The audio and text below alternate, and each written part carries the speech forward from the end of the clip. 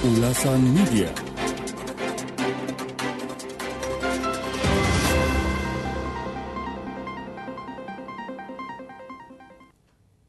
Dakta Radio bijak berinformasi, cerdas berinteraksi. Rekan Mahkamah Konstitusi pada Selasa kemarin memutuskan mengubah syarat ambang batas minimal bagi parpol peserta pemilu dalam pengusungan calon kepala daerah untuk Pilkada 2024.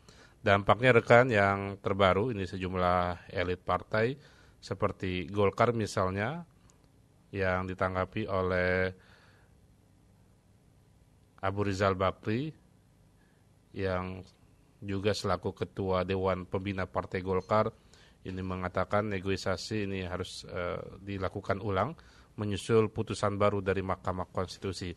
Seperti apa rekan Dakta kita melihat pengaruh dari putusan Mahkamah Konstitusi tersebut dalam persiapan Pilkada Jakarta 2024. Kita akan membahasnya dalam segmen ulasan media. Sudah tersambung bersama wartawan senior sekaligus penulis buku autobiografi Cahya Gunawan. Assalamualaikum warahmatullahi wabarakatuh. Selamat pagi Pak Cahya. Waalaikumsalam warahmatullahi wabarakatuh. Selamat pagi Bang Jahid. Ya, selamat pagi Bapak. Pak Cahya, MK pada Selasa kemarin ini mengejutkan publik dari gugatan termohon Partai Gelora dan Partai Buruh yang merubah ambang batas suara dalam pencalonan kepala daerah, baik pilgub maupun pilkada wali kota ataupun pilkada kabupaten. Seperti apa pengaruh dari perubahan dinamika yang terjadi saat ini dalam konstelasi pasangan atau konstelasi dukungan partai politik di Pilkada Jakarta, Pak Cahya? Ya, Bang Jahid, kita rakyat sebelumnya mengapresiasi dan mengucapkan terima kasih ya kepada Partai Gelora dan Partai Buruh yang pada tanggal 21 Mei 2024 sudah mengajukan gugatan terhadap pasal 40 ayat 3 Undang-Undang nomor 10 tahun 2016 tentang Pilkada yang menghasilkan keputusan MK seperti kemarin. Ada 2 poin penting dari putusan MK kemarin, yaitu tentang ambang batas dan usia calon kepala daerah. Jadi tentang ambang batas di dalam Undang-Undang Pilkada nomor 10 tahun 2016 itu kan ditetapkan 20% minimal ya kursi di DPRD. Nah, ini dianggap oleh Partai Buruh dan Partai Gelora kebijakan itu tidak adil sehingga keluarlah keputusan MK seperti kemarin. Jadi dengan adanya putusan MK kemarin itu, maka ambang batas itu menjadi berkurang dari 20%. Jadi tidak perlu memiliki kursi di DPRD bahkan gitu. Jadi ambang batas suara yang harus dimiliki oleh para parpol atau parpol gabungan pendukung sebuah paslon juga turun. Ini ditetapkan nih ada kriterianya Bang Jed. Jadi untuk kepala daerah di provinsi dengan jumlah penduduk 2 juta jiwa, maka minimal ambang batasnya itu 10% di provinsi tersebut. Provinsi dengan jumlah penduduk 2-6 juta minimal 8,5%. Nah, penduduk provinsi dengan jumlah penduduk 6-12 juta jiwa seperti di Jakarta minimal 7,5%. Dan provinsi dengan jumlah penduduk lebih dari 12 juta minimal 6,5%. Artinya dengan putusan MK kemarin khusus untuk Pilkada DKI, maka parpol itu bisa mengajukan calonnya gitu loh, bukan hanya PDIP tapi juga PSI dan apalagi PKS ya gitu.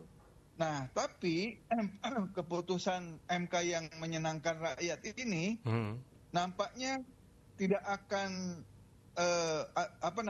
tidak akan berkelanjutan karena hari ini Bang Jahid Badan Legislatif DPR gerak cepat untuk mengadakan rapat yang tujuannya ingin mengamputasi atau menganulir putusan MK. Ini Badan Legislatif kemarin sudah ada yang speak up dari anggota DPR dari PDIP yang memberikan komentar atas rencana Badan Legislatif ini yang akan mengadakan rapat. Dan undangannya ternyata sudah menyebar, Bang Jed. Jadi undangan dari mana? Dari Badan Legislatif kepada anggota DPR ini sudah menyebar di grup-grup WA dan di medsos. Yang intinya akan mengembalikan, ada 2 skenario. Ingin mengembalikan tentang ambang batas ini kepada undang-undang pilkada yang 2016 itu, yang 20% itu. Kemudian skenario kedua adalah pemerintah, dalam hal ini Presiden akan mengeluarkan peraturan pemerintah pengganti undang-undang atau Perpu yang intinya adalah sama, menganulir putusan MK itu. Jadi kalau misalnya di Badan Legislatif tidak quorum, maka langkah berikutnya adalah keluarlah Perpu itu, Perpu yang akan dikeluarkan oleh Presiden. Masalahnya kan ada persyaratan tuh sebuah Perpu itu dibikin dalam keadaan darurat atau segala macam. Nah, apakah ini dalam keadaan darurat atau tidak, kan tidak gitu loh. Ini betul-betul adalah judicial review yang diajukan oleh Partai Gelora dan Partai Buruh, dan jelas legal standingnya gitu loh. Dia kan partai yang mengajukan itu, jadi secara hukum kekuatannya sangat kuat gitu. Nah, kemudian dengan adanya tentang batasan umur itu, di mana calon kepala daerah dalam ini gubernur harus memenuhi syarat umur 30 tahun pada saat pendaftaran. Dengan begitu, Kaisang yang anak Presiden Jokowi itu tidak lolos untuk misalnya dia akan mengajukan sebagai calon gubernur di Jawa Tengah.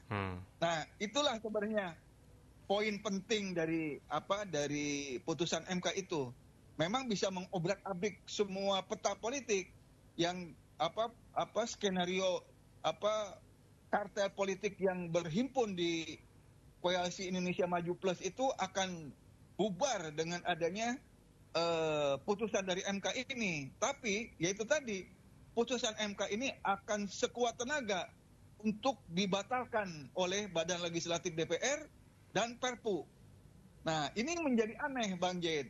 Jadi kalau kita flashback kepada putusan MK tentang penetapan Gibran sebagai calon wakil presiden yang belum 40 tahun umurnya, ini DPR dalam hal ini Badan Legislatif diam-diam aja, tidak memberikan reaksi. Tapi begitu ada putusan MK yang merugikan kepentingan partai-partai dan elit kekuasaan, langsung bereaksi dan berusaha untuk mengamputasi dan membatalkan putusan MK ini. Jadi ini betul-betul mencederai demokrasi kita. Begitu, Bang Jet. Baik, kalau melihat dari dinamika partai politik ini kan seperti Golkar, Abu Rizal Bakri meminta agar mengkaji ulang dalam pengusungan calon kepala daerah khususnya di Jakarta agar ada kader sendiri yang maju. Artinya kalaupun nanti dari rapat badan legislasi ini kan harus satu suara. Sehingga kalaupun memang nanti tidak quorum artinya dengan perpu tadi di Balik sendiri artinya mereka tetap setuju dengan 20% suara itu, Pak. Ya, ini pertama gini, Bang Jet. Ini kan kapasitas Abu Rizal Bakri ini sekarang di Partai Golkar sebagai anggota Dewan Pembina ya. Jadi posisinya tidak terlalu otoritatif merepresentasikan suara partai. Mungkin kalau lihat dari suaranya, aspirasinya, kelihatannya yang melawan arus nih Abu Rizal Bakri. Artinya melawan arus dari gerakan dari Bahlil ini. Karena dia kan ingin mungkin juga berseberangan dengan skenario kartel politik di Kimplas ini. Jadi sebenarnya demokrasi yang utuh itu adalah lebih banyak pilihan bagi rakyat, calon pemimpin kepala daerah, katakanlah di Jakarta ada lebih dari 2 orang, 3 orang, itu lebih bagus bagi rakyat kan, ada banyak pilihan. Nih kalau misalnya hanya satu pilihan, apalagi yang satu kota kosong, kan ini artinya menutup ruang demokrasi, menutup ruang bagi rakyat untuk melakukan pilihannya secara adil gitu. Nah saya kira itu, jadi nanti bisa jadi skenarionya itu di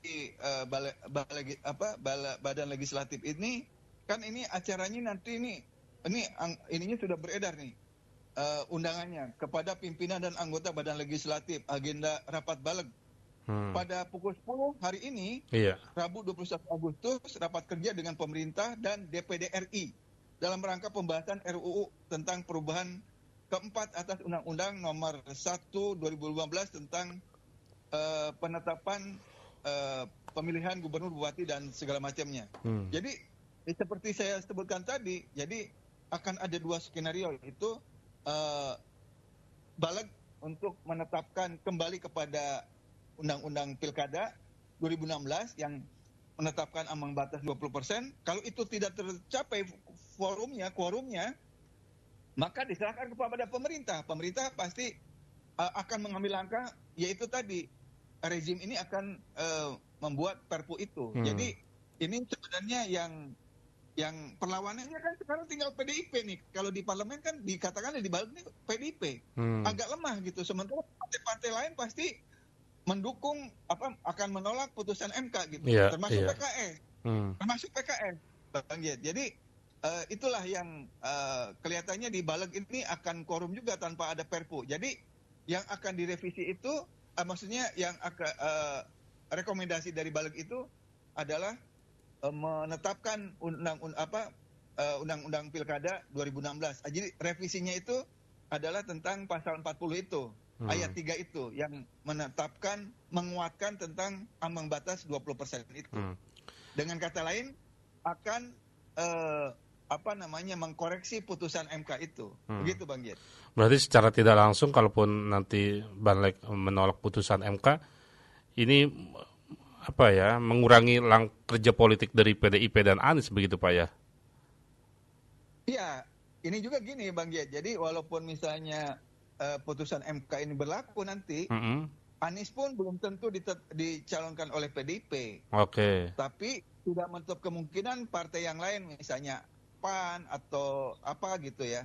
Karena kalau kita lihat dari dari pemberitaan kelihatannya PDIP akan, kalau putusan MK yang berlaku ya, PDIP akan mengusung calonnya, kadernya, yaitu Ahok yang secara elektabilitas itu nomor 2 setelah Anies.